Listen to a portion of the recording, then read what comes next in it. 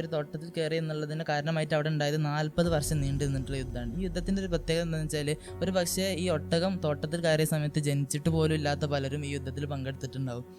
അവിടെ ഇസ്ലാം അതിൻ്റെ പീക്കിലെത്തിയിരുന്നു. അതായത് അവിടെ എഡ്യൂക്കേഷൻ ഇൻസ്റ്റിറ്റ്യൂഷൻ, അങ്ങനെ പല ആർക്കിടെക്ചറായിട്ടും ഇസ്ലാം അതിൻ്റെ പീക്കിലെത്തിയിരുന്നു. ഇതിന് ശേഷം ഈ വൈജ്ഞാനിക കേന്ദ്രങ്ങളുടെ തൊട്ടടുത്തിട്ടാണ് ഇവിടുത്തെ കച്ചവടപരമായിട്ടുള്ള ഒരുപാട് സാധാരണ ജനങ്ങളുടെ വ്യവസായ മേഖല പ്രവർത്തിച്ചുകൊണ്ടിരുന്ന ഈ ഒരു ഏരിയയിലാണ്.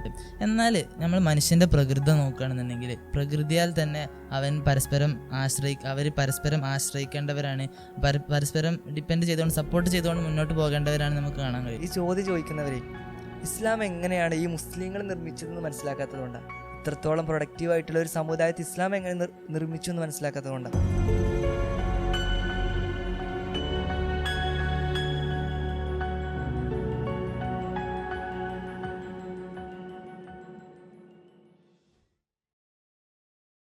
ബിസ്മില്ലാഹിർ റഹ്മാനിർ റഹീം. പണ്ട് അറേബ്യയിൽ ബക്കർ എന്ന ഗോത്രത്തിൽ ബസൂസ് ബിൻത് മുക്കിദ് എന്ന പേരുള്ള ഒരു സ്ത്രീ ഉണ്ടായിരുന്നു. ഈ സ്ത്രീക്ക് വളരെയധികം ഇഷ്ടപ്പെട്ട ഒരു ഒട്ടകം ഉണ്ടായിരുന്നു. ഈ ഒട്ടകത്തിൻ്റെ പേര് സറാബ് എന്നാണ്. ഈ സറാബ് എന്ന് പറഞ്ഞ പേരുള്ള ഈ ഒരു ഒട്ടകം ഒരു ദിവസം അപ്പുറത്തെ ഗോത്രമായ തഗ്ലബിലെ ഗോത്ര പ്രമുഖനായിട്ടുള്ള കുലൈബ് ബിൻ റബിയ എന്ന ആളുടെ തോട്ടത്തിലേക്ക് കയറി അവിടുത്തെ കിണറ്റിൽ നിന്ന് വെള്ളം കുടിക്കുകയാണ്. ഇത് കണ്ട് ദേഷ്യം പിടിച്ച്, തൻ്റെ അതിർത്തി ലംഘിച്ച അപ്പുറത്തെ ഗോത്രത്തിലെ ഒട്ടകത്തിനെ കണ്ട് ദേഷ്യം പിടിച്ച ഈ കുലൈബ് ബിൻ റബിയ പറഞ്ഞ ഇയാൾ എന്ത് ചെയ്ത് ആ ഒട്ടകത്തിനെ പോയി കൊന്നു. ഈ വിവരം ബസൂസ് അറിഞ്ഞപ്പോൾ അവൾക്ക് വളരെയധികം ദേഷ്യം വന്നു. ഇവളുടെ ഗോത്രമായിട്ടുള്ള ബക്കറിലെ പ്രമുഖനും അതുപോലെ തന്നെ ഇവളുടെ സഹോദരപുത്രനും കൂടി ആയിട്ടുള്ള ജസ്സാസിൻ്റെ അടുത്ത് പോയി പരാതി പറയാണ്. തൻ്റെ ഗോത്രം അപമാനിക്കപ്പെട്ടു എന്നറിഞ്ഞിട്ട് ദേഷ്യം പിടിച്ചിട്ട് ഈ ജസ്സാസ് എന്ന ആൾ അപ്പുറത്തെ ഗോത്ര പ്രമുഖനായിട്ടുള്ള കുലൈബ് ബിൻ റബിയെ കൊല്ലുന്നു. ഇതാണ് ഈ ഒരു സാഹചര്യം. ഈ ഒരു സാഹചര്യം കാരണമായിട്ട് അവിടെ ഉണ്ടായത് എന്താ വെച്ചാൽ, ഒരു ഒട്ടകം ആ ഒരു തോട്ടത്തിൽ കയറി എന്നുള്ളതിന് കാരണമായിട്ട് അവിടെ ഉണ്ടായത് 40 വർഷം നീണ്ടു നിന്നിട്ടുള്ള യുദ്ധമാണ്. ഈ യുദ്ധത്തിൻ്റെ ഒരു പ്രത്യേകത എന്താണെന്ന് വെച്ചാൽ, ഒരു പക്ഷേ ഈ ഒട്ടകം തോട്ടത്തിൽ കയറിയ സമയത്ത് ജനിച്ചിട്ട് പോലും ഇല്ലാത്ത പലരും ഈ യുദ്ധത്തിൽ പങ്കെടുത്തിട്ടുണ്ടാവും. ഏകദേശം ഇസ്ലാം വരുന്നതിന് മുമ്പ് അറേബ്യയിലെ വിശിഷ്യ ഹിജാസിലെ ഒരു അവസ്ഥയാണ് ഈ ഒരു സംഭവം.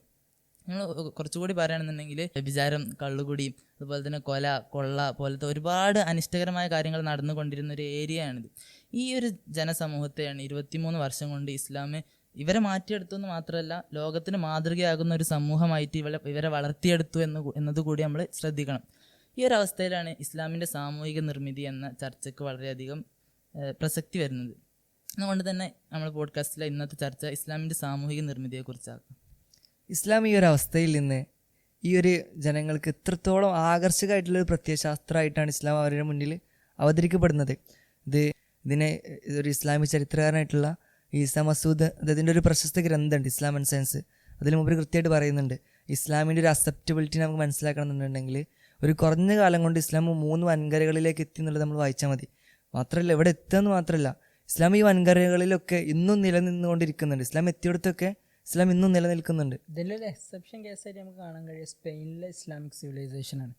അവിടെ ഇസ്ലാം അതിൻ്റെ പീക്കിലെത്തിയിരുന്നു. അതായത് അവിടെ എഡ്യൂക്കേഷൻ ഇൻസ്റ്റിറ്റ്യൂഷൻ, അങ്ങനെ പല ആർക്കിടെക്ചറായിട്ടും ഇസ്ലാം അതിൻ്റെ പീക്കിലെത്തിയിരുന്നു. ഞങ്ങൾ ചില പ്രസംഗങ്ങളിലൊക്കെ കേൾക്കലുണ്ട്, യൂറോപ്യൻസ് ഈ കാസ്പിയൻ തീരത്ത് കക്ക പെറുക്കി നടക്കുമ്പോൾ സ്പെയിനിലെ മുസ്ലിങ്ങൾ കിതാബ് രചിക്കായിരുന്നു. ഇങ്ങനെ അപ്പോൾ അത്രത്തോളം ഇസ്ലാം അവിടെ പീക്ക് ലെവലിലെത്തിയിട്ട് പിന്നീട് അവിടെ പുറന്തള്ളപ്പെട്ടത് ഒരു നിർബന്ധിതാവസ്ഥയിലായിരുന്നു, അല്ലാതെ ഒരു ഐഡിയോളജിക്കൽ ഫൈറ്റിലൂടെ ആയിരുന്നില്ല. നമുക്കറിയാം, ഇസബെല്ല രാജ്ഞിയും ഫെർഡിനാൻഡ് 2 രാജാവും അവിടെ അധികാരത്തിലെത്തിയ ശേഷം അവസാനത്തെ മുസ്ലിമിനെ വരെ അവർ പുറത്താക്കുന്നത് വരെ അവർ അടങ്ങിയിരുന്നില്ല.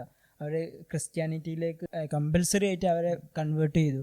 അങ്ങനെ അവസാനത്തെ മുസ്ലിം അവിടുന്ന് നിർബന്ധിതാവസ്ഥയിലാണ് ഈ സ്പെയിനിൽ നിന്ന് പുറന്തള്ളപ്പെടുന്നത്. ഈ സ്പെയിൻ അല്ലാത്ത എല്ലാ വൻകരകളിലും ഇസ്ലാം നിലനിന്നു മാത്രമല്ല, ഒരു മതപരമായിട്ടുള്ള പശ്ചാത്തലത്തിൽ ഇസ്ലാം നിലനിന്നു മാത്രമല്ല, ഇസ്ലാം അവിടെ ഒരുപാട് ഗോൾഡൻ കോൺട്രിബ്യൂഷൻസ് നൽകുന്നുണ്ട്. ഇസ്ലാമിൻ്റെ ആയിട്ടുള്ള സിവിലൈസേഷൻസ് നിർമ്മിക്കുന്നുണ്ട്, ഒരുപാട് സിറ്റീസ് നിർമ്മിക്കുന്നുണ്ട്. നമുക്കറിയുന്ന പോലെ സമർക്കന്ത്, പിന്നെ അതേപോലെ ഡമസ്കസ്, മദീനത്തു സഹറ, കൊർദോബ, അതുപോലത്തെ ഒരുപാട് സിറ്റികൾ ഇസ്ലാം നിർമ്മിക്കുന്നുണ്ട്. ഈ ബഗ്ദാദിലേക്കൊക്കെ നോക്കുകയാണെന്നുണ്ടെങ്കിൽ ഒരു കാലത്ത് ഈ ഒരു വേൾഡിൻ്റെ തന്നെ വൈജ്ഞാനികമായിട്ടുള്ള അല്ലെങ്കിൽ കച്ചവടപരമായിട്ടുള്ള ഒരു കേന്ദ്രമാണ് ഈ ബഗ്ദാദ്. ഈ ബഗ്ദാദിൻ്റെ ഒരു ആർക്കിടെക്ചർ നമ്മൾ നോക്കുകയാണെന്നുണ്ടെങ്കിൽ ഒരു പള്ളി കേന്ദ്രീകരിച്ചിട്ടാണ് ബഗ്ദാദ് നല്ലൊരു സിറ്റി ഉണ്ടാക്കുന്നത്, ഒരു വൃത്താകൃതിയായിട്ടുള്ള ഒരു സിറ്റി ഉണ്ടാക്കുന്നത്. ഈ പള്ളിയുടെ ഒരു ഓരം ചേർന്നിട്ട് ആ സെൻട്രൽ ഭാഗത്താണ് ഇതിൻ്റെ ഭരണശിലാ കേന്ദ്രങ്ങൾ പ്രവർത്തിക്കുന്ന രാജാവിൻ്റെ കൊട്ടാരം, അതുപോലെ ഈ മന്ത്രിയുടെ കേന്ദ്രങ്ങളൊക്കെ സെൻട്രൽ ഭാഗത്തായിട്ട് വരും. പിന്നെ ഇതിനോട് തൊട്ട് ചേർന്നിട്ടാണ് ഇവിടുത്തെ ഈ വൈജ്ഞാനിക കേന്ദ്രങ്ങൾ, ഈ ബൈത്തുൽ ഹിക്മ പോലെ നമുക്കറിയുന്ന ഒരുപാട് മദ്രസകൾ വരുന്നുണ്ട് ഈ അബ്ബാസിയ കാലഘട്ടത്തിൽ. ഇതൊക്കെ ഇതിനോട് നേരെ തൊട്ടടുത്തിട്ടായിട്ട് വരും. ഇതിന് ശേഷം ഈ വൈജ്ഞാനിക കേന്ദ്രങ്ങളോട് തൊട്ടടുത്തിട്ടാണ് ഇവിടുത്തെ കച്ചവടപരമായിട്ടുള്ള ഒരുപാട് സാധാരണ ജനങ്ങളുടെ വ്യവസായ മേഖല പ്രവർത്തിച്ചുകൊണ്ടിരുന്ന ഈ ഒരു ഏരിയയിലാണ്. കാരണം ഈ ഒരു ബഗ്ദാദിനെ നമ്മൾ വേറെ പ്രത്യേകതയായിട്ട് മനസ്സിലാക്കേണ്ടത്, ടൈഗ്രീസിൻ്റെ ഓരം ചേർന്നിട്ടാണ് ബഗ്ദാദ് എന്നുള്ളൊരു സിറ്റി ഉണ്ടാക്കുന്നത്. അതുകൊണ്ട് ഒരു കാർഷിക മേഖലയ്ക്ക് വളരെ വിളക്കൂറുള്ളൊരു മണ്ണ് കൂടിയാണ് ബഗ്ദാദ്. ഇതുകൂടി ഒരു സിറ്റിയുടെ പ്രത്യേകതയാണ്. പിന്നെ ഇതിന് ശേഷം ഈ ഒരു സിറ്റിയെ ഒരു കോട്ടമതിൽ കൊണ്ട് വലയം ചെയ്യാണ്. ഇതിനോട് ചേർന്നിട്ടാണ് അവിടുത്തെ സൈനിക താവളങ്ങളൊക്കെ ഉള്ളത്. ഈ സ്ഥാപനങ്ങളൊക്കെ കൃത്യമായിട്ട് സുരക്ഷിതയോടുകൂടെ നിലനിർത്താൻ വേണ്ടിയിട്ട് ഈ ഒരു സിറ്റിയുടെ തന്നെ ഈ കോട്ട താവളങ്ങൾക്കുള്ള കവാടങ്ങൾ വളരെ അധികം ശ്രദ്ധേയമായിട്ടുള്ള കവാടങ്ങളുണ്ട്. അഥവാ 4 കവാടങ്ങളാണ് അന്നത്തെ ലോകരാജ്യങ്ങളിലുള്ള ഏറ്റവും പ്രധാനപ്പെട്ട 4 സിറ്റികളിലേക്ക് കണക്ട് ചെയ്യുന്ന 4 കവാടങ്ങൾ. ബസറ, കൂഫ, ഡമസ്കസിലേക്ക്, പിന്നെ ഖുറാസാനിലേക്ക്. ഇത്തരം രീതിയിലാണ് ഈ ഒരു ബഗ്ദാദ് എന്നുള്ളൊരു സിറ്റിയെ സംവിധാനിക്കുന്നത്. ഇതിലിങ്ങനെ ഒരു സാധനം കേൾക്കലുണ്ടല്ലോ, ഈ ഇത്ര സിവിലൈസേഷൻ അല്ലെങ്കിൽ ഈ സിറ്റികളൊക്കെ നിർമ്മിക്കുന്നതിൽ ഇസ്ലാമിന് പ്രത്യേകിച്ചൊരു പങ്കൊന്നുമില്ല, മുസ്ലിംസ് അതിനൊരു കാരണമായി എന്നുള്ളൂ, അങ്ങനെ ഒരു സാധനം നമ്മൾ കേൾക്കലുണ്ട്. ഇതിന് ശരിക്ക് ഈ ചോദ്യം ചോദിക്കുന്നവരെ ഇസ്ലാം എങ്ങനെയാണ് ഈ മുസ്ലിങ്ങൾ നിർമ്മിച്ചതെന്ന് മനസ്സിലാക്കാത്തതുകൊണ്ടാണ്. ഇത്രത്തോളം പ്രൊഡക്റ്റീവായിട്ടുള്ള ഒരു സമുദായത്തെ ഇസ്ലാം എങ്ങനെ നിർമ്മിച്ചു എന്ന് മനസ്സിലാക്കാത്തതുകൊണ്ടാണ്. കാരണം ഇസ്ലാം ശരിക്കും അഡ്രസ്സ് ചെയ്യുന്നത് ഒരു വൈയക്തികമായിട്ടുള്ള ജീവിതത്തിനെ അല്ലെങ്കിൽ അങ്ങനത്തെ ഒരു ജീവിത രീതിയല്ല ഇതിന് മതസ്ഥരെ പോലെ. മറിച്ച് ഇസ്ലാം ബൂത്തിമാമ ഈ സാധനം പറയുന്നുണ്ട്. ഇപ്പോൾ നമ്മൾ നിസ്കരിക്കുന്നു, നമ്മളൊരു ആരാധനാകർമ്മങ്ങളിൽ ശരിക്കും അള്ളാഹിന് മുന്നിലുള്ളൊരു ആരാധനാകർമ്മമാണ് നിസ്കാരം. അപ്പോൾ അത് നമ്മൾ പ്രൈവറ്റായിട്ട് സ്വകാര്യമായിട്ട് ചെയ്യേണ്ട ഒരു ആരാധനയായിട്ട് നിലനിന്നാൽ മതിയായിരുന്നു. പക്ഷെ എന്തുകൊണ്ട് ഒരാഴ്ചയിൽ നമുക്ക് ഒരു പൊതുസ്ഥലത്ത് എത്ര ആളുകൾ ഒരുമിച്ച് കൂടിയിട്ട് നിസ്കരിക്കേണ്ട ഒരു അവസ്ഥ, എന്തിനുകൊണ്ട് അങ്ങനത്തെ കാര്യം ഇസ്ലാമിൽ നിർബന്ധമായി എന്നൊരു ചോദ്യം ചോദിക്കുന്നുണ്ട്. അതിന് ബൂത്തിമാമനെ മുന്നോട്ട് വെക്കുന്നൊരു മറുപടി അല്ലെങ്കിൽ അതിനുള്ളൊരു ആശയം മൂപ്പർ പറയുന്നത് ശരിക്കും അള്ളാഹിന് മുന്നിൽ ഒരു അടിമ സ്വകാര്യമായിട്ട് ചെയ്യേണ്ട കർമ്മങ്ങളെ മാത്രമല്ല ഇസ്ലാം പ്രതിനിധാനം ചെയ്യുന്നത്. ഇസ്ലാം ഒരു സൊസൈറ്റിയെ കൂടിയാണ് അഡ്രസ്സ് ചെയ്യുന്നത്. ഒരു സാമൂഹ്യ നിർമ്മിതിയെ ഇസ്ലാം അതിൻ്റെ ഒരു മതകീയ ആവശ്യമായിട്ട് ഇസ്ലാം കാണുന്നു എന്നുള്ളതാണ്. ഈ സാമൂഹിക നിർമ്മിതി എന്നുള്ള നമ്മൾ ചർച്ച ചെയ്തല്ലോ. ഈ ഒരു ചർച്ചയിലേക്ക് കടക്കുന്നതിന് മുമ്പ് ഒരു സമൂഹം എങ്ങനെയാണ് പ്രവർത്തിക്കുന്നത് എന്നുള്ള ഒരു കാര്യം നമ്മൾ ചർച്ച ചെയ്യണം. നമ്മൾ ഈ സാമൂഹിക ശാസ്ത്രം, സോഷ്യൽ സയൻസിൻ്റെ പുസ്തകങ്ങളൊക്കെ പഠിച്ചിട്ടുണ്ടാകും. എമിലെ ദുർക്കൈമിൻ്റെ ഫങ്ഷണലിസ്റ്റ് അപ്രോച്ച് എന്ന് പറഞ്ഞിട്ടുള്ളൊരു തിയറി. അഥവാ ഒരു സമുദായം എങ്ങനെയാണ് പ്രവർത്തിക്കുന്നത് എന്നുള്ളതിന് അദ്ദേഹം ഒരു ഉദാഹരണമായിട്ട് പറയുന്നത് ഒരു ബോഡി, ഒരു ലിവിങ് ഓർഗാനിസത്തിൻ്റെ ബോഡി അതെങ്ങനെയാണ് പ്രവർത്തിക്കുക, അതിലടങ്ങിയിട്ടുള്ള ഒരുപാട് അവയവങ്ങളുടെ പ്രവർത്തനം. ഇതിന് ഓരോ അവയവങ്ങൾക്കും കൃത്യമായ ഫങ്ഷൻസ് ഉണ്ട്. ഇപ്പോൾ ഒരു മനുഷ്യനെ എടുത്ത് നോക്കുകയാണെന്നുണ്ടെങ്കിൽ ഹൃദയത്തിന് അതിൻ്റെതായ ഫംഗ്ഷൻ ഉണ്ട്, അതുപോലെ തന്നെ ലങ്സിന്, ലിവറിന്, ഓരോന്നിനും അതിൻ്റെതായ ഫംഗ്ഷൻസ് ഉണ്ട്. ഈ ഫംഗ്ഷൻസ് എല്ലാം കൂടിയിട്ടാണ് ഓവറോൾ ഈ ഒരു ബോഡി വളർച്ച പ്രാപിക്കുന്നതും ഇത് നിലനിന്ന് പോകുന്നതൊക്കെ. ഇത്തരത്തിലാണ് ഒരു സൊസൈറ്റിയും. ഈ സൊസൈറ്റിയിൽ ഓരോ ഘടകങ്ങൾക്കും കൃത്യമായ ഫങ്ഷൻസ് ഉണ്ട്, ചെയ്യേണ്ടതായിട്ടുള്ള കൃത്യമായ ഫങ്ഷൻസ് ഉണ്ട്. ഈ ഫങ്ഷൻസ് ചെയ്യുമ്പോഴാണ് ആ ഒരു സൊസൈറ്റി നിലനിൽക്കുന്നതും പിന്നീട് പുരോഗതി പ്രാപിക്കുന്നതും ഒക്കെ. ഇതേ ഒരു ആശയത്തിൽ നമുക്കൊരു ഹദീസ് കാണാൻ കഴിയും. റസൂലുള്ളാഹി സ്വല്ലല്ലാഹു അലൈഹി വസല്ലം തങ്ങൾ പറയുന്നുണ്ട്, കുല്ലുക്കും റായിൻ വ കുല്ലുക്കും മസ്ഊലുൻ അൻ റഅയ്യതിഹി എന്ന് പറഞ്ഞിട്ടുള്ള ഈ ഒരു ഹദീസിൽ റസൂലുള്ളാഹി പറയുന്നത് എന്താ വെച്ചാൽ, നിങ്ങളിൽ ഓരോരുത്തർക്കും കൃത്യമായ ഫങ്ഷൻസ് ഉണ്ട്, കൃത്യമായ റോളുകളുണ്ട്, അധികാര പരിധികളുണ്ട്. ഈ അധികാര പരിധികളെക്കുറിച്ച് നാളെ പരലോകത്ത് വെച്ച് നിങ്ങളോട് കൃത്യമായി നിങ്ങൾ ചോദ്യം ചെയ്യപ്പെടുക തന്നെ ചെയ്യുന്നതാണ് ഈ ഒരു ഹദീസിൻ്റെ ഇതിവൃത്തം. ഇതിങ്ങനെ വിശദീകരിച്ചുകൊണ്ട് പറയുന്നുണ്ട്, ഒരു ഭാര്യ തൻ്റെ ഭർത്താവിൻ്റെ വീട്ടിൽ കൃത്യമായ റോളുകൾ ചെയ്യേണ്ടവരാണ്. അവർ ഈ ഒരു വിഷയത്തിൽ അവർ നാളെ പരലോകത്ത് വെച്ച് ചോദ്യം ചോദിക്കപ്പെടും. ഇതുപോലെ തന്നെ ഭർത്താവിനും കൃത്യമായ കടമകളുണ്ട്. അതുപോലെ തന്നെ ഒരു സൊസൈറ്റിയുടെ നേതാവിന് ആ സൊസൈറ്റിക്ക് നൽകേണ്ട ഒരുപാട് കടമകളുണ്ട്. ഇത്തരത്തിലുള്ള ഒരുപാട് ഫങ്ഷൻസ് അടങ്ങിയിട്ടുള്ളതാണ് ഒരു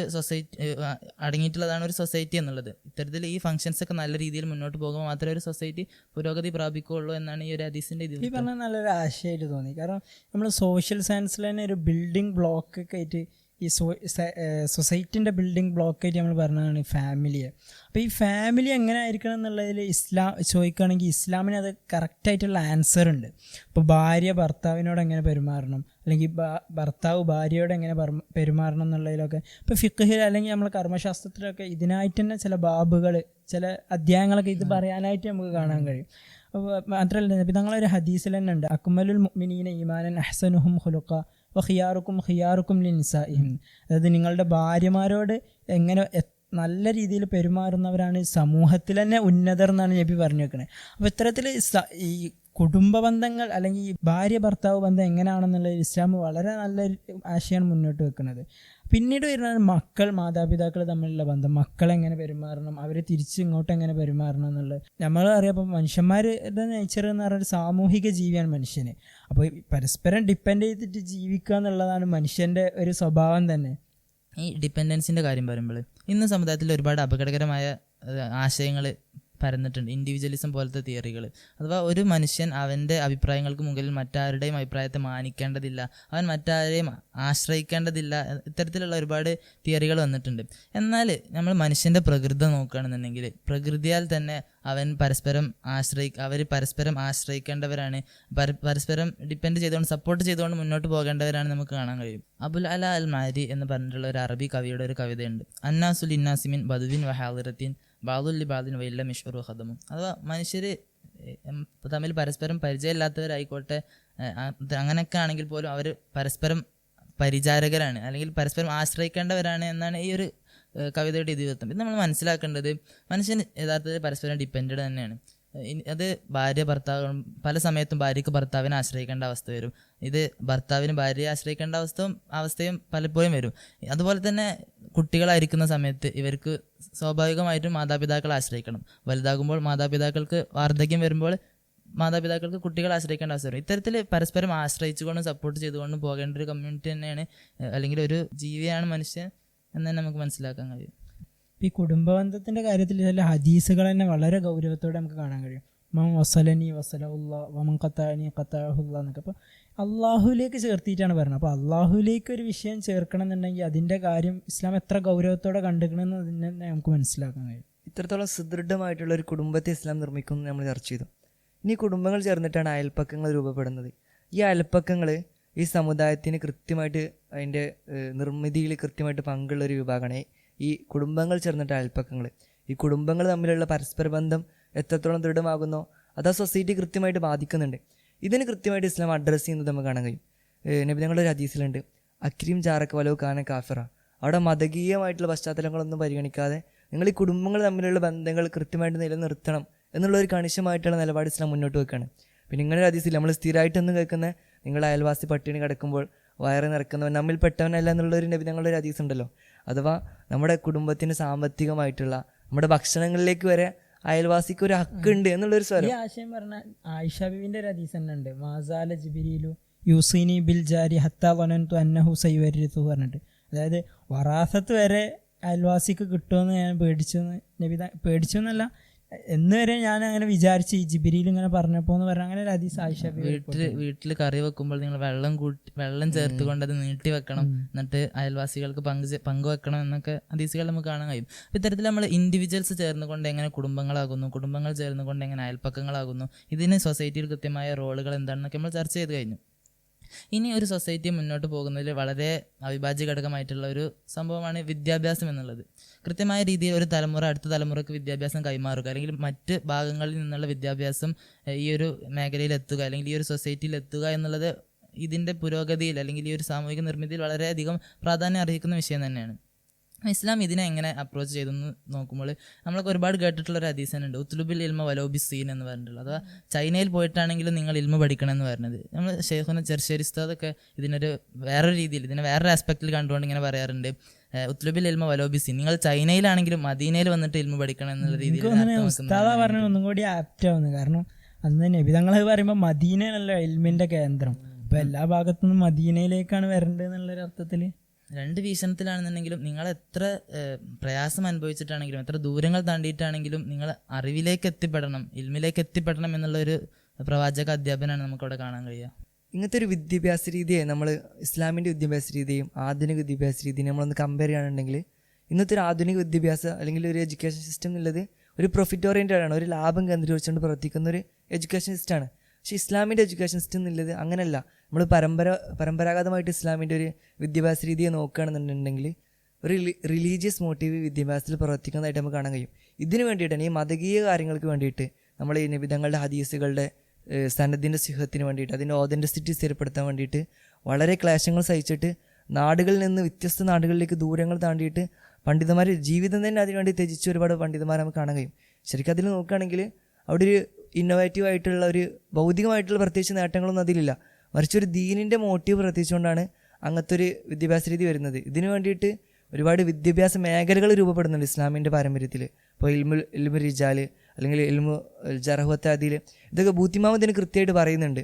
എങ്ങനെയാണ് ഈ ഇസ്ലാം എന്നുള്ളൊരു ആശയം അല്ലെങ്കിൽ ഇസ്ലാമിൻ്റെ റിലീജിയസ് മോട്ടീവ് മുസ്ലിങ്ങൾ എത്രത്തോളം ഓതൻറ്റിസിറ്റി സ്ഥിരപ്പെടുത്തുന്നതിൽ ഈ ടെസ്റ്റ് മണി എന്നുള്ളത് കൃത്യമായിട്ട് അറിവിൻ്റെ സോഴ്സിൽ വളരെ പ്രധാനപ്പെട്ട ഒരു കാര്യമാണ്. അത് വെസ്റ്റിന് അതിൽ കൃത്യമായിട്ടുള്ളൊരു സോഴ്സ് ഇല്ല. അതിൽ നിന്ന് വെസ്റ്റിൽ നിന്ന് കൃത്യമായിട്ട് മാറിയിട്ട് ഒരു ദൃഢമായിട്ടുള്ളൊരു മൻഹജ് രൂപപ്പെടുത്താൻ മുസ്ലിങ്ങൾക്ക് സാധിച്ചത് ഇതിൻ്റെ ഒരു മതകരമായിട്ടുള്ള ഒരു ഉത്തേജകമാണെന്ന് ബുദ്ധിമാൻ പറയുന്നുണ്ട്. അമേരിക്കയിൽ ഉസ്മാൻ ഫാറൂഖ് എന്ന് പറഞ്ഞിട്ട് ഒരു സ്ട്രീറ്റ് ദാവ നടത്തുന്ന ഒരാളുണ്ട്. നമ്മളൊക്കെ റീലുകളിലും ഷോർട്സിലൊക്കെ കണ്ട് നല്ല പരിചയമുള്ള ഒരാളായിരിക്കും. ഇദ്ദേഹത്തോട് ഒരു സമയത്ത് ഒരാൾ വന്നിട്ട് ഇങ്ങനെ ഈ ഒരു വിഷയം ഉന്നയിക്കുന്നുണ്ട്, ഹദീസുകളിൽ എന്താണ് നിങ്ങൾക്ക് ഒതൻറ്റിസിറ്റി ആയി പറയാൻ കഴിയുന്നത്. അയാൾ ഇതിനെക്കുറിച്ച് ABCD അറിയാത്ത ആളാണ്. എന്തായാലും ചോദിക്കണത് ഇത്തരത്തിലുള്ള ചോദ്യം, ഇതിന് എങ്ങനെയാണ് ഒതൻറ്റിസിറ്റി ഉണ്ടാവുക, അത് റസൂൽ പറഞ്ഞാൽ എന്താണ് തെളിവ് നോക്കുന്നത്. ഇതിന് ഉസ്മാൻ ഫാറൂഖ് എന്ന ഇദ്ദേഹം ഇതിനൊരു മറുപടി കൊടുക്കുന്നുണ്ട്. യഥാർത്ഥത്തിൽ അന്ന് ഈ പണ്ഡിതന്മാർ കഷ്ടപ്പെട്ടതിൻ്റെ ഒരു ഫലമാണ് ഇത്തരത്തിൽ മറുപടി കൊടുക്കാൻ നമുക്ക് കഴിഞ്ഞു എന്നുള്ളത്. അദ്ദേഹം കൊടുക്കുന്ന മറുപടി ഇങ്ങനെയാണ്: നിങ്ങൾ ഈ ഒരു ഹദീസിൽ ഇതിൻ്റെ സനദായിട്ട് പറഞ്ഞിട്ടുള്ള, ഇത് ആര് കൈമാറിയെന്ന് പറഞ്ഞിട്ടുള്ള ആ ലിസ്റ്റ് എടുത്ത് നോക്കൂ. ഇതിൽ ഞങ്ങൾക്ക് ഇത് കിട്ടിയ കിതാബ് എഴുതിയവർക്ക് ഇത് എവിടെ നിന്ന് കിട്ടി എന്ന് മുതൽ ഇത് റസൂൽ പറഞ്ഞിട്ടുള്ള പ്രവാചകനിലേക്ക് എത്തുന്നത് വരെയുള്ള കൃത്യമായ ആളുകളുടെ പേരുകൾ ഞങ്ങൾക്ക് തരാൻ കഴിയും. മാത്രവുമല്ല, ഈ ഓരോ ആളുകളുടെയും ജീവചരിത്രവും നിങ്ങൾക്ക് മുമ്പിൽ ഞങ്ങൾക്ക് സമർപ്പിക്കാൻ കഴിയുന്ന അദ്ദേഹം അവിടെ ധൈര്യത്തോടു കൂടി പറയാണ്. ഇത്തരത്തിലുള്ളൊരു മറുപടി കൊടുക്കാനുള്ള ധൈര്യവും നമുക്ക് കിട്ടിയെന്നുള്ളതാണ്. ഇനി നമ്മൾ പിന്നീട് റസൂലുള്ളാഹിന്റെ കാലത്ത് മസ്ജിദ് നബവി കേന്ദ്രീകരിച്ചുകൊണ്ട് അവിടെ മുസ്ലിം രാഷ്ട്രത്തിൽ വിദ്യാഭ്യാസം നടക്കുന്നു. അതിനുശേഷം പിൽക്കാലത്ത് സ്വഹാബാക്കൾ ഇത് റസൂലുള്ളാഹി സ്വല്ലല്ലാഹു അലൈഹി വസല്ലം തങ്ങളിൽ നിന്ന് കിട്ടിയിട്ടുള്ള സ്വഹാബാക്കൾ ഇത് താബികൾക്ക് കൈമാറുന്നു. അങ്ങനെ തലമുറകളായി കൈമാറി പോകുന്നു. പിൽക്കാലത്ത് പിന്നെ അബ്ബാസിയ കാലഘട്ടത്തിലേക്ക് നമുക്ക് ബൈത്തുൽ ഹിക്മ പോലുള്ള ഇൻസ്റ്റിറ്റ്യൂഷൻസ് വരികയും ഈ ഒരു വിദ്യാഭ്യാസ മേഖലയിൽ വളരെ വലിയ പുരോഗതികൾ പ്രാപിക്കുകയൊക്കെ ചെയ്തതായിട്ട് ചരിത്രം രേഖപ്പെടുത്തുന്നുണ്ട്. പിൽക്കാലത്ത് ഒരുപാട് ഇൻസ്റ്റിറ്റ്യൂഷൻസ്, മദ്രസ നിലാമിയ പോലത്തെ, അതുപോലെ തന്നെ മദ്രസ മുസ്തൻസിരിയ പോലത്തെ ഒരുപാട് ഇൻസ്റ്റിറ്റ്യൂഷൻസ് വന്നതായിട്ട് നമുക്ക് കാണാം. ലോകത്തിലെ ആദ്യത്തെ യൂണിവേഴ്സിറ്റി സ്ഥാപിക്കുന്നതും ഈ ഒരു പാരമ്പര്യത്തിൽ നിന്നാണ്. ഫാത്തിമ ഫിഹ്രി എന്ന പേരുള്ള ഒരു മുസ്ലിം പണ്ഡിതയാണ് ഈ ഒരു യൂണിവേഴ്സിറ്റി സ്ഥാപിക്കുന്നത്. ഈ ഒരു യൂണിവേഴ്സിറ്റിയുടെ ഒരു പാരമ്പര്യം പറയുകയാണെന്നുണ്ടെങ്കിൽ, ഇതിൻ്റെ ഒരു പൈതൃകം പറയുകയാണെന്നുണ്ടെങ്കിൽ, ഇവിടെ നിന്ന് പുറത്തിറങ്ങിയവരാണ് ഇബ്നു ഖൽദൂൻ, അതുപോലെ തന്നെ ഇബ്നു ഖത്തീബ്, ഇദ്രീസി, അതുപോലെ തന്നെ ക്രിസ്ത്യൻ പോപ്പായിരുന്ന സിൽവർസ്റ്റൺ രണ്ടാമൻ അടക്കമുള്ളവരൊക്കെ ഈ ഒരു യൂണിവേഴ്സിറ്റിയിൽ നിന്ന് പഠനം കഴിഞ്ഞ് ഇറങ്ങിയതാണ് എന്നും കൂടി നമ്മൾ ഇതിനോട് കൂടി ചേർത്ത് വായിക്കണം. ഇത്തരത്തിലുള്ള ഒരുപാട് ഇസ്ലാമികമായിട്ടുള്ള ഈ വൈജ്ഞാനിക കേന്ദ്രങ്ങളുണ്ടല്ലോ, ഒരുപാട് ഇൻസ്റ്റിറ്റ്യൂഷൻസ് അല്ലെങ്കിൽ ഒരുപാട് മദ്രസകൾ, ഇതിനൊക്കെ കൃത്യമായിട്ട് ബാക്കപ്പ് ചെയ്യാൻ ഇസ്ലാമിൻ്റെ കയ്യിലൊരു എക്കണോമിക് ബാക്കപ്പിന് ഒരു സംവിധാനം കൂടി ഉണ്ടായിരുന്നു. ഈ വഖഫ് എന്നുള്ള കാര്യം ഇതിൽ കൃത്യമായിട്ട് സ്വാധീനിച്ച് നമുക്ക് കാണാൻ കഴിയും. ഇങ്ങനത്തെ ഒരുപാട് മദ്രസകൾക്ക് ഫണ്ട് ചെയ്യുന്നത് ഇങ്ങനത്തെ ഒരു എഡ്യൂക്കേഷന് വേണ്ടിയിട്ട് അല്ലെങ്കിൽ ഇൽമ് എന്നുള്ളൊരു പവിത്രമായ കാര്യത്തിന് വേണ്ടി ഇത് വീണ്ടും ചർച്ച ചെയ്യപ്പെട്ടുകൊണ്ടിരിക്കുകയാണ് ഫാറൂഖ് കോളേജുമായി ബന്ധപ്പെട്ടിട്ട്. അത്തരത്തിൽ വഖഫ് എന്നുള്ള ഒരു സിസ്റ്റം ഇവിടെ നമ്മളെ ഇൻസ്റ്റിറ്റ്യൂഷൻസിനെ ബാക്കപ്പ് ചെയ്യാൻ, എക്കണോമിക്കലി ഫൈനാൻഷ്യലി ബാക്കപ്പ് ചെയ്യാൻ ഉണ്ടായിരുന്നത് കൂടി ഈ ഒരു സാമൂഹിക നിർമ്മിതിയുടെ ഭാഗമാണ് നമ്മൾ മനസ്സിലാക്കുന്നത്. ഇപ്പോൾ ഈ വഖഫ് എഡ്യൂക്കേഷൻ ഇൻസ്റ്റിറ്റ്യൂഷനെ ബാക്കപ്പ് ചെയ്ത പോലെ ഈ സമൂഹത്തെ മൊത്തം ബാക്കപ്പ് ചെയ്യുന്ന ഒരു സാധനമാണ് അവിടുത്തെ എക്കണോമിക് സിസ്റ്റം എന്നുള്ളത്. ഇപ്പോൾ ഒരു ഉദാഹരണത്തിന് പറയുകയാണെങ്കിൽ അതിൽ തന്നെ ഏറ്റവും പ്രധാനപ്പെട്ടതാണ് കച്ചവടം എന്നുള്ളത്. ഈ കച്ചവടത്തിൽ നടക്കുന്ന വഞ്ചന, അല്ലെങ്കിൽ ഈ കച്ചവടം വെറും ലാഭം കേന്ദ്രീകരിക്കുന്നതിനപ്പുറം അതിന് മോറൽ വാല്യൂസ് കൊടുക്കാൻ ഇസ്ലാം പലപ്പോഴും ശ്രമിച്ചിട്ടുണ്ട്. ഇപ്പോൾ ഒരു കഥ നമ്മൾ പറഞ്ഞേക്കല്ലേ, നബിതങ്ങളെ ഹദീസിൽ നബിതങ്ങളൊരു അരിക്കച്ചവടക്കാരൻ്റെ അടുത്ത് കൂടെ നടന്നു പോയിരുന്നു. അപ്പോൾ നബിതങ്ങൾ സംശയം തോന്നിയിട്ട് എന്താ പറയുക, നബിതങ്ങൾ ആദ്യം അങ്ങനെ അരി കൂട്ടിയിട്ടേക്കാണ്. അപ്പോൾ ആ നബിതങ്ങൾ ആ അരിൻ്റെ ഉള്ളിലേക്ക് കൈ കടത്തി നോക്കി. അപ്പോൾ അതിൻ്റെ അടിയിൽ നനവുണ്ട്. അപ്പോൾ നബിതങ്ങൾ ചോദിച്ചു, എനിക്ക് ഈ അടിയിൽ നനവുള്ളത് മോൾക്ക് ഇട്ടൂടെ, നല്ല ആളുകൾ ഇത് കാണുള്ളൂ അപ്പോൾ എന്നിട്ട് അവിടെ നബിതങ്ങളുടെ കോട്ടിങ് പറയുന്നുണ്ട്, ആരെങ്കിലും വഞ്ചിക്കുകയുണ്ടെങ്കിൽ അവൻ നമ്മളിൽ പെട്ടവനല്ല, അതായത് നമ്മളെ ദീനിൽ പെട്ടവനല്ല എന്നുള്ള കോട്ടിങ് കൂടി നബിതങ്ങൾ അവിടെ പറയുന്നുണ്ട്. അപ്പോൾ നബിതങ്ങൾ ഈ ഒരു കച്ചവടത്തെ എങ്ങനെ നമ്മളെ മോറലായിട്ട് ബന്ധിപ്പിച്ചു, അങ്ങനെ ഈ ഒരു കച്ചവടത്തിൽ നടക്കുന്ന വഞ്ചനകളെ എങ്ങനെ തടുക്കാൻ ശ്രമിച്ചു എന്നുള്ളതിന് ഒരു കൃത്യമായ ഒരു ഉദാഹരണം കൂടിയാണ് ഈ ഒരു ഹദീസ്. അതുപോലെ തന്നെ ഈ സെൻട്രലൈസേഷൻ ഓഫ് മണി നമ്മൾ പറഞ്ഞൊരു സംഭവം ഉണ്ടല്ലോ, ചില ആളുകളിൽ മാത്രം ഈ ഒരു മണി ഫ്ലോ ഒതുങ്ങിക്കൂടുന്ന ഈ ഒരു അവസ്ഥ, അഥവാ മുതലാളിമാർ കൂടുതൽ മുതലാളിമാരായിക്കൊണ്ടിരിക്കുന്നു, ദരിദ്രർ കൂടുതൽ ദാരിദ്ര്യത്തിലേക്ക് കൂപ്പുകുത്തുന്നു എന്നുള്ളൊരവസ്ഥ. ഈ അവസ്ഥയെ പൊളിച്ചെടുക്കാൻ വേണ്ടിയിട്ട് ഇസ്ലാം ഒരുപാട് നിയമങ്ങൾ കൊണ്ടുവന്നത് നമുക്ക് കാണാൻ കഴിയും.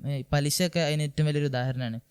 പലിശ അപ്ലൈ ചെയ്യുമ്പോൾ എന്താണ്, ഒരാൾ ജോലിക്ക് പോകാതെ തന്നെ, അയാൾ പ്രൊഡക്റ്റീവ് ആകാതെ തന്നെ അയാളുടെ സമ്പത്ത് കൂട്ടുന്ന ഒരവസ്ഥയാണ്. അതേസമയം ആ പലിശ കൊടുക്കാനുള്ള ആൾ കൂടുതൽ ദാരിദ്ര്യത്തിലേക്ക് കൂപ്പുകുത്താണ്.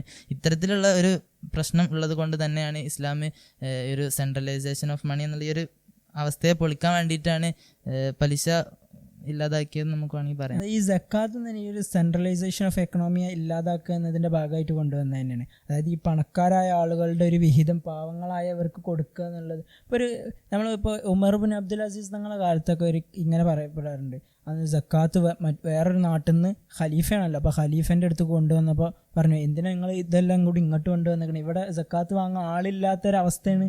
അപ്പോൾ അത്രത്തോളം സക്കാത്ത് ആ ഒരു സമൂഹത്തിലുള്ള പാവങ്ങളെ ഇല്ലാതാക്കി എന്നുള്ളതാണ് ഇപ്പോൾ പറയുന്നത്. സമൂഹത്തിൻ്റെ മുന്നോട്ടുള്ള ഗമനത്തിൽ അവിഭാജ്യ ഘടകങ്ങളായിട്ടുള്ള വിദ്യാഭ്യാസം, അതുപോലെ തന്നെ സാമ്പത്തിക മേഖല ഒക്കെ നമ്മൾ ചർച്ച ചെയ്ത് കഴിഞ്ഞു. ഇതുപോലെ തന്നെ നമ്മൾ ശ്രദ്ധിക്കേണ്ട, അല്ലെങ്കിൽ ഇതിൽ വളരെയധികം ശ്രദ്ധേയമായിട്ടുള്ളൊരു കാര്യമാണ് അവിടുത്തെ ആരോഗ്യ മേഖല എന്നുള്ളത്. ഈ ആരോഗ്യ മേഖലയിലും കൃത്യമായ ഇടപെടലുകൾ ഇസ്ലാം നടത്തിയതായിട്ട് കാണാൻ കഴിയും.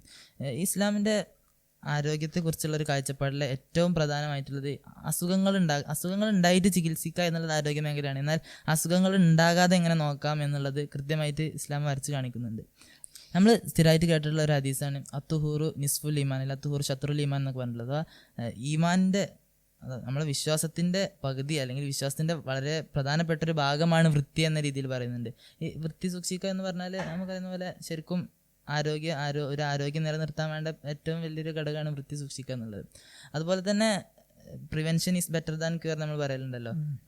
ഈ ഒരു രീതിയിൽ തന്നെ നമുക്ക് നോക്കുകയാണെന്നുണ്ടെങ്കിൽ അസുഖങ്ങൾ വരാനുള്ള പ്രധാനപ്പെട്ട ഒരു കാരണമാണ് അമിതമായ ആഹാരം. ഇന്നൊക്കെ മെഡിക്കൽ സയൻസ് സ്ഥിരമായിട്ട് പറഞ്ഞുകൊണ്ടിരിക്കുന്ന ഒരു സംഭവമാണ് നിങ്ങൾ ഭക്ഷണങ്ങൾ കൺട്രോൾ ചെയ്യണം എന്ന് പറഞ്ഞിട്ടുള്ളത്. ഇതുകൊണ്ട് തന്നെ പ്രവാചകൻ സല്ലല്ലാഹു അലൈഹി വസല്ലം തങ്ങൾ കൃത്യമായിട്ടൊരു രീതി, ഭക്ഷണം എങ്ങനെ കഴിക്കണം എന്നുള്ള രീതി കൃത്യമായി പറഞ്ഞു തരുന്നുണ്ട്. അഥവാ ആമാശയത്തിൻ്റെ 1/3 ഭക്ഷണം, പിന്നെ ഒരു 1/3 വെള്ളം, ബാക്കി 1/3 ഒഴിച്ചിടണം, നിങ്ങൾക്ക് ശ്വസിക്കാൻ വേണ്ടിയിട്ട് ഒഴിച്ചിടണം എന്നുള്ള രീതിയിൽ പറയുന്നുണ്ട്. ഭക്ഷണം കഴിക്കേണ്ടത് എങ്ങനെയാണ്, ഭക്ഷണം കഴിക്കാൻ ഒരുങ്ങേണ്ടത് എങ്ങനെയാണ്, ഭക്ഷണം കഴിക്കുമ്പോൾ ഇരിക്കേണ്ടത് എങ്ങനെയാണെന്ന് വരെ ഇസ്ലാം കൃത്യമായിട്ട് പറയുന്നുണ്ട്. ഈ ഇരുത്തത്തിൻ്റെ രീതി തന്നെ പറയുമ്പോൾ പ്രവാചകൻ സല്ലല്ലാഹു അലൈഹി വസല്ലം തങ്ങൾ ഇരുന്നിരുന്നൊരു രീതിയുണ്ട്. ആ രീതിയിൽ ഇരിക്കുകയാണെന്നുണ്ടെങ്കിൽ വയറ് നിറച്ച് കഴിക്കാൻ സാധിക്കില്ല എന്നാണ് സ്ഥിരമായിട്ട് പറയാനുള്ളത്. അതുപോലെ തന്നെ ചാരിയിരുന്ന് ഭക്ഷണം കഴിക്കരുത്, ഇത്തരത്തിലുള്ള പ്രവാചക അധ്യാപനങ്ങൾ നമുക്ക് ഒരുപാട് കാണാൻ കഴിയും. ഇതൊക്കെ കൃത്യമായി വരച്ച് കാണിക്കുന്നത് ഇസ്ലാം ആരോഗ്യത്തെ എങ്ങനെ കണ്ടിരുന്നു എന്നുള്ളതാണ്. നമ്മൾ ഒരു കഥ പറയാറുണ്ടല്ലോ, റോമിൽ നിന്നും ഒരു വൈദ്യനെ സമ്മാനമായിട്ട് മദീനയിലേക്ക് അയക്കുന്നു.